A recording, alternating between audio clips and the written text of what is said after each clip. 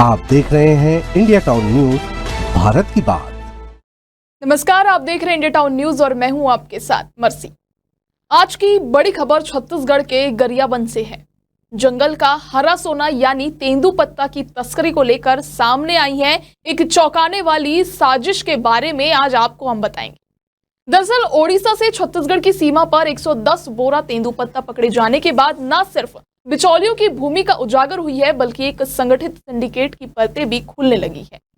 तो क्या छत्तीसगढ़ के सरकारी फड़ों में फर्जी तरीके से तेंदुपत्ता खपाकर सरकार को करोड़ों का चूना लगाया जा रहा है? क्या स्थानीय पंचायतों और नवोपद समिति के अधिकारी इस गोरख धंधे में शामिल है? चलिए आपको ले चलते हैं सीधे ओडिशा के कालाहांडी जिले की उस जगह जहां से इस पूरे खेल का भांडाफोड़ हुआ। देखिए ये रिपोर्ट।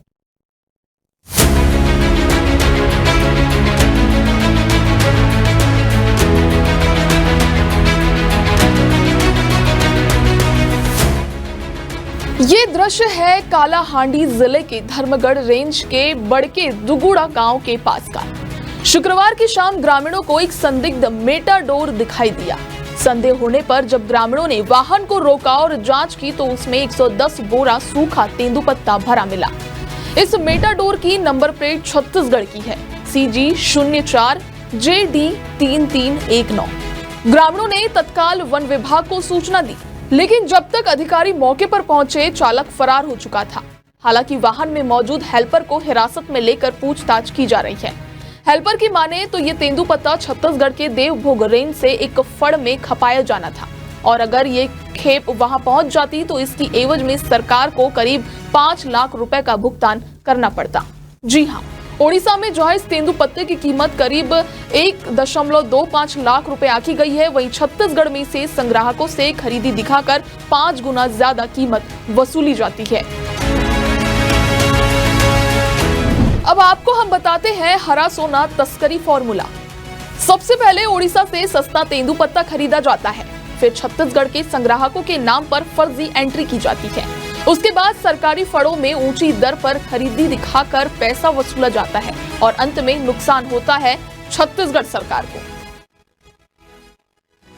वन विभाग के अधिकारियों को जब मेटाडोर की जांच में कोई वैध दस्तावेज नहीं मिला तो उन्हें मिला एक पंचायत का प्रस्ताव पत्र, जिसमें लिखा था कि पीपल झापर ग्राम पंचायत की सर्वसम्मति से तेंदुपत्ता देवभोग समिति को भेजा जा रहा है। अब सवाल उठ रहा है कि क्या पंचायत इस सिंडिकेट का हिस्सा है?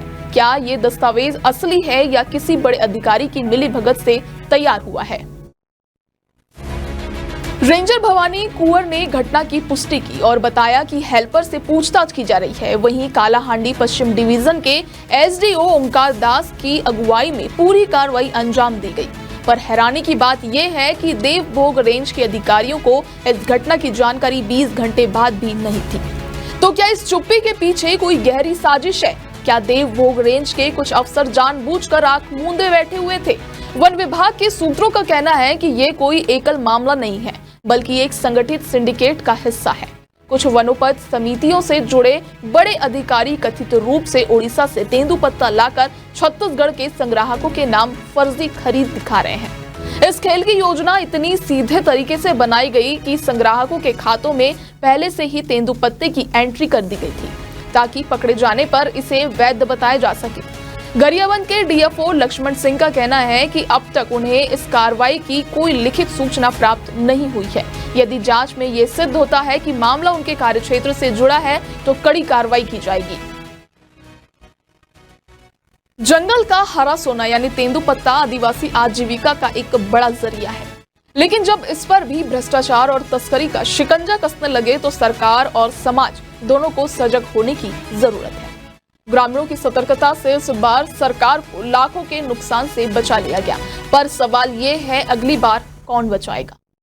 इसी सवाल के साथ मुझे दीजिए इजाजत और आप देखते रहिए इंडिया टाउन न्यूज, भारत की बात।